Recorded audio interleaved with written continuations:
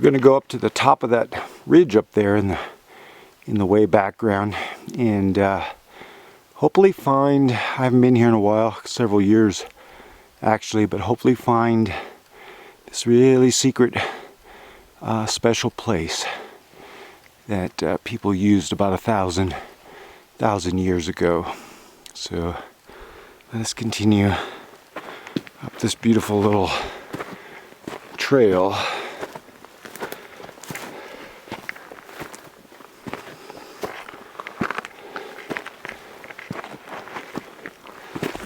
So these aren't yuccas, these are true agaves, and they're in the Agaveaceae family. And agaves are, you know, the leaf can be cut, the leaf that we're seeing sticking up, the leaf or the roots can be used, and you dry the leaf and you dry the roots, and this plant can be used as a fairly effective anti-inflammatory. The agaves are well known, like yucca roots. You'll see them listed in various herb books, and you'll see them referred to as good for arthritis and good for inflammation. Like I say, you can make you have to dry the plant first of this agave. You have to dry the leaf and you have to dry the roots. The roots are stronger than the leaf as far as a anti-inflammatory medicine goes. And the reason you dry it before you make an extract or a tea with it is because it contains steroidal saponins or saponins that are very irritating to the mucous membranes in the body. And you eliminate that irritation by drying the plant and then making a medicine.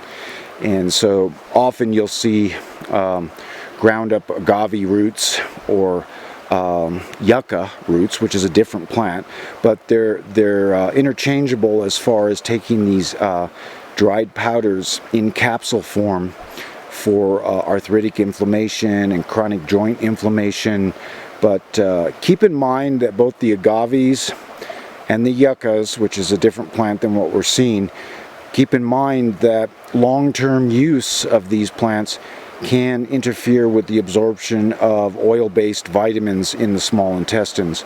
But a traditional remedios, a traditional remedy for arthritis, is using dried agave roots or dried agave stalks and spears or leaves. These are actually leaves of the agave plant.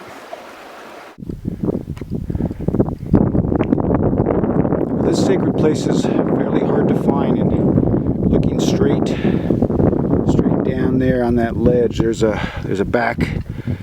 kind of like a crack in the cliff face, almost tunnel-like, that brings you out through the cliff dwelling and onto that rock. So I venture to guess that this was a very secret place, almost a hideout or a lookout post for this particular valley, because this cliff dwelling, which is not a super large one, but this little cliff dwelling was more like a one-room place that a person could stay and get out of the weather.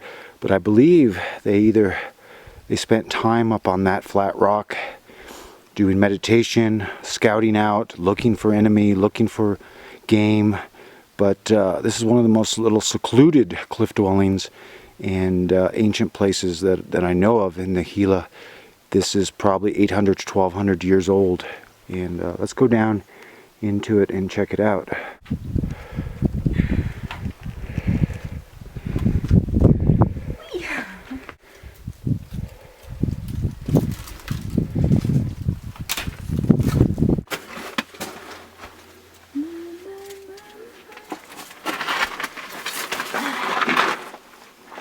That's such a beautiful 1,000-year-old wall.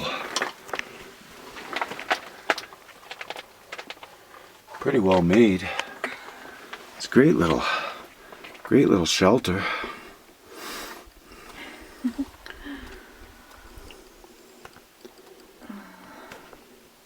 So cool. And look, watch that. I'll just go through it just so it's the right kind of size.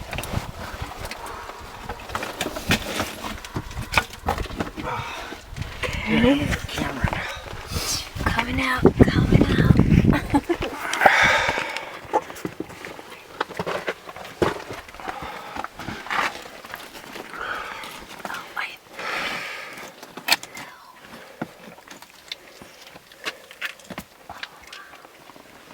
So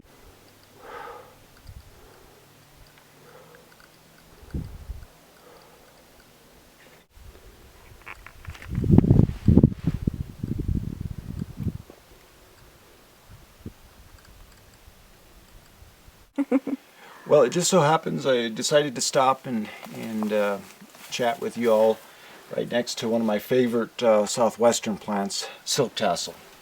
And for me, silk tassel, it's so much more than an antispasmodic plant. It's so much more than an anti-parasitic plant. For me, silk tassel is, because of it's an extremely powerful bitter plant. I mean, it's so bitter that, I mean, it creates these hypersecretions in the body, and it really gets your upper and lower GI gastric juices flowing. But for me, silk tassel often, I mean, it creates an altered states of consciousness. For me, I have a great relationship with this plant.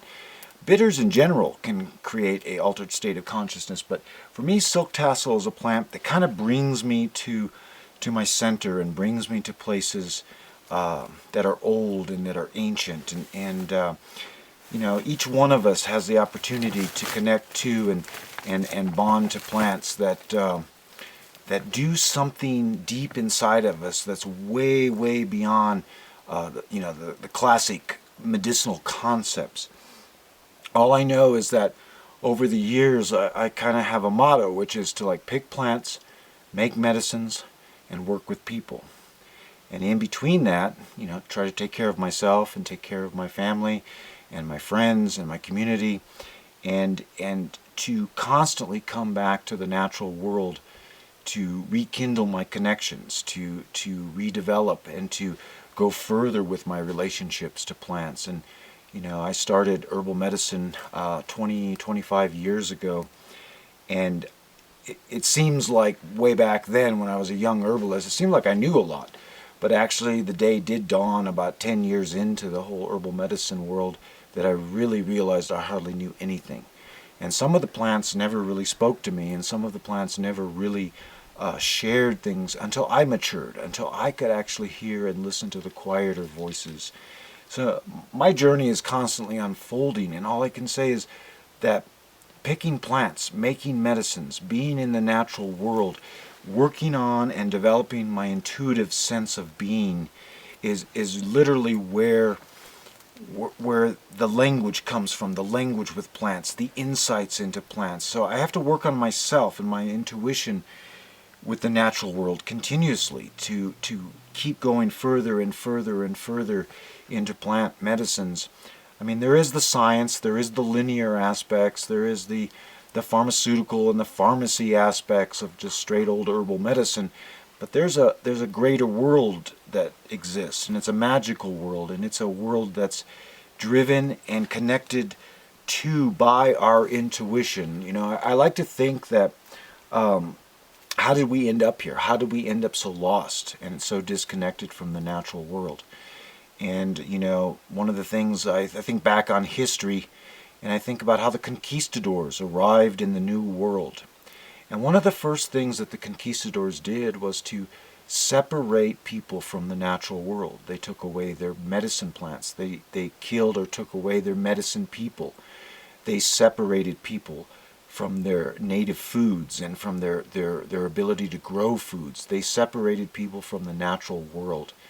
And I don't think much has changed. You know, the conquistadors traded their suits of armor for three-piece suits. You know, today we have corporations that truly act conquistador-like in their fashion of conquering people and of keeping people separated for the natural world. So I believe there's a greater underlying theme in herbal medicine. There's something so much more important than learning how to make tinctures and learning how to make salves and how to make teas properly and the linear uses of herbal medicine. We learn that and we get that down, but there's a greater story behind this. There's an amazing, beautiful story, and that's about our struggle and our desire to reestablish a connection back to the natural world, to rekindle our relationship to this earth in ways that have been taken away from us. So ways that have been, illusions have come between us and our connection to the natural world. And I find that by picking plants and making medicines and working with people, I'm constantly reminded about my journey, of like what my journey is really about with herbal medicine. My journey is really about me working to develop my relationship to plants and to the earth more and more, to recapture what, had I been born 500,000 years ago or 5,000 years ago, I would have been born with more connections to the natural world, to the world that I live in, and to the world that's around me, with plants and animals and rocks and sky and earth and wind and rain. I would be more connected to that 5,000 years ago than I am today. And for me, I find that my medicine journey and the medicine journey of so many of my students over the years, I get to see what they're really hungering for. I really get to intuitively feel what they're really hungering for, and that's that deeper connection. And the plants become doorways. The plants become doorways that allow us to enter, to bring one thread, one connection back into our being, one connection at a time, one plant at a time, back into our spirit, back into our being. So each plant that you learn, and each plant that you go out and gather and bring back and make medicine with, and taste and put into your body, and work with people using these medicines, each one of these plants is like literally we're